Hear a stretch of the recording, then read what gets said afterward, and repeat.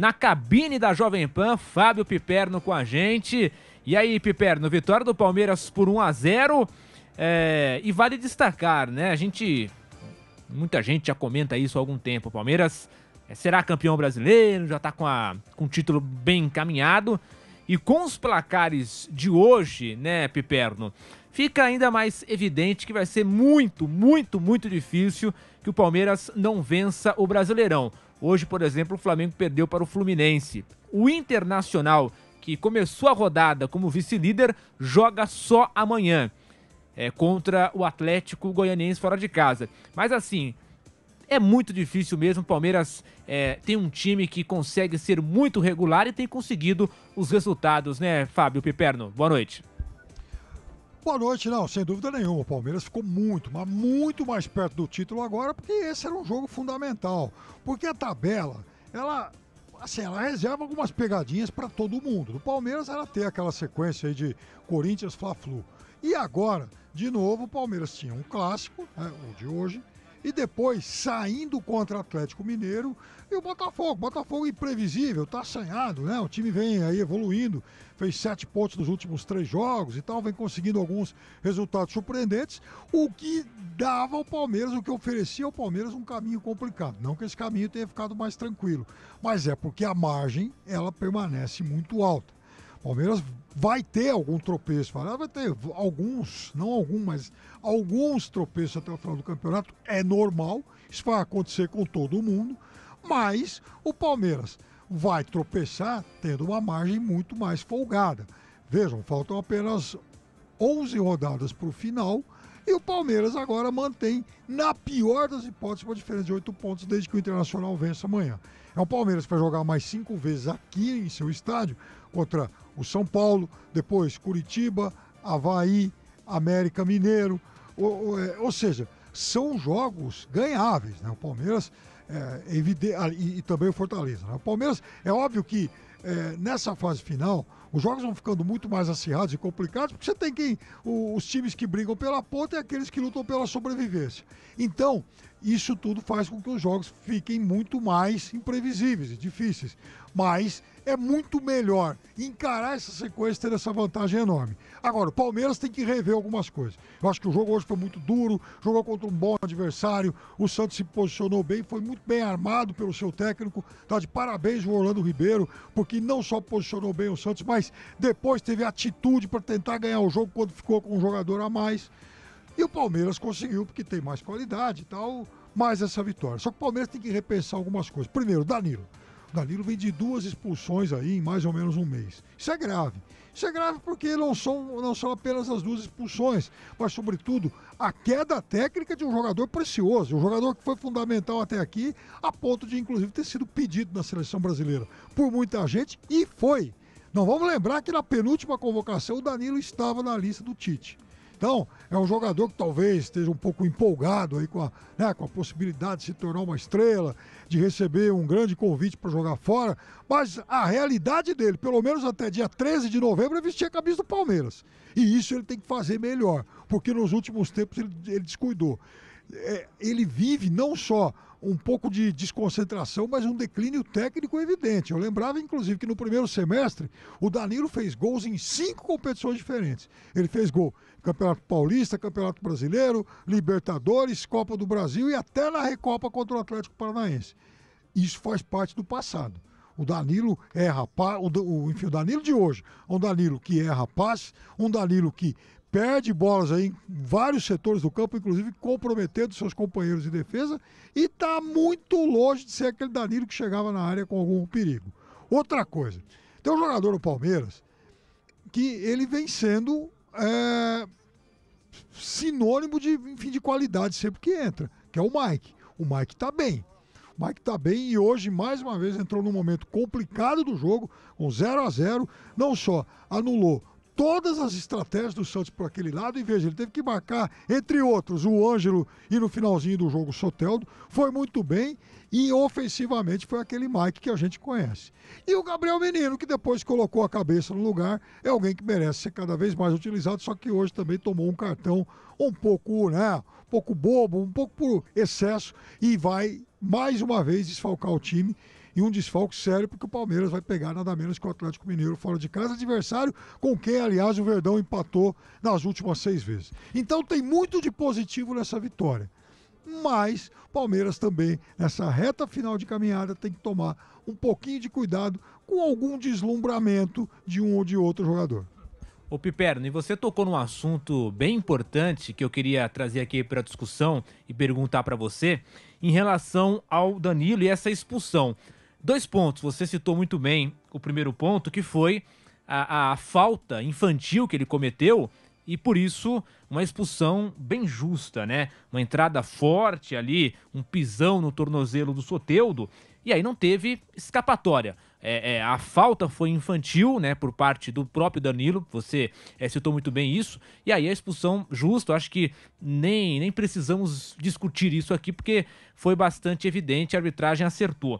Agora, um outro ponto que chama a atenção é parece exagero, parece repetitivo, mas essa força mental que o Palmeiras tem em situações adversas, conseguir mesmo assim construir resultados, porque curiosamente o Palmeiras vence o jogo hoje com 1 a menos e começa a jogar melhor, não sei se você vai concordar com isso, mas pelo menos na minha visão, começa a jogar melhor depois da expulsão do Danilo e consegue construir o placar e vencer a partida. Então assim, é de fato algo que chama a atenção, esse lado psicológico do Palmeiras, né? Essa força mental de muitas das vezes em que tem as situações adversas, consegue se recuperar e consegue chegar a resultados importantes como o de hoje, com adversários perdendo, né, na parte de cima da tabela, e ele vai lá, consegue fazer o resultado e abrir uma vantagem importante no Campeonato Brasileiro. Mais uma, né, Piperno? Olha, mais uma vez sim, né? E o Palmeiras nessas 68 últimas partidas, das quais perdeu apenas 6, o Palmeiras já se viu em situações adversas muitas vezes. E nos últimos tempos, infelizmente, para o Palmeiras e também para o seu torcedor, o Palmeiras tem terminado jogos com jogadores a menos. Isso é preocupante. Foi assim, por exemplo, contra o Atlético Mineiro, contra o Atlético Paranaense hoje. É claro que atuar com jogador a menos é sempre mais complicado e nem sempre vai dar certo, né? De achar aquele coelho da cartola como tirou hoje. Belo gol do Merentiel. E como também encontrou naquela decisão de quartas de finais de Libertadores contra o Atlético Mineiro. Então a gente vai sempre se lembrar desses exemplos heróicos em que realmente a força mental acabou, e muita raça e muita dedicação também acabou prevalecendo diante desse tipo de adversidade. Agora, eu queria que o Palmeiras questionasse mais por que isso tem se repetido sempre, né? Então, o Palmeiras não é um time violento. O Palmeiras geralmente faz menos faltas do que os seus adversários em praticamente todos os jogos. Mas nas últimas partidas e em momentos cruciais, e a gente está falando inclusive de uma semifinal de Libertadores, o Palmeiras tem tido essa desvantagem, né, de perder jogador nesses momentos. Isso não pode se repetir e o Palmeiras não pode continuar acreditando que tudo bem. Quer dizer, a gente vai ter jogador expulso, mas esse time é tão bom, é tão raçudo, brigador, que vai acabar se recuperando. As coisas nem sempre acontecem assim. E outro detalhe, né? O técnico do Palmeiras, eu até disse aqui nessa parte final da transmissão, que hoje aqui no futebol brasileiro ele é uma espécie assim de o médico e o monstro. Primeiro que eu acho que o Abel é injustamente cornetado pela dor de cotovelo dos brazucas que fazem trabalhos ruins, são técnicos muito piores que ele, com toda a dor de cotovelo, com toda a inveja, vem aí questionar muito do que o Abel fala. O Abel é disparadamente o melhor técnico que trabalha no Brasil hoje. Para mim isso está fora de questão e de comparação. O problema todo é que eu disse que aqui, durante um jogo de futebol, o Abel muitas vezes é o médico e o monstro. Hoje, mais uma vez, ele foi o médico, perdeu um jogador expulso cedo e conseguiu, de forma muito criativa e competente, reorganizar o time. E naquele momento, o que 101% dos técnicos brasileiros fariam? Bom, eu perdi um jogador de marcação, eu vou sacar um dos 3 na frente e vou recompor. Não.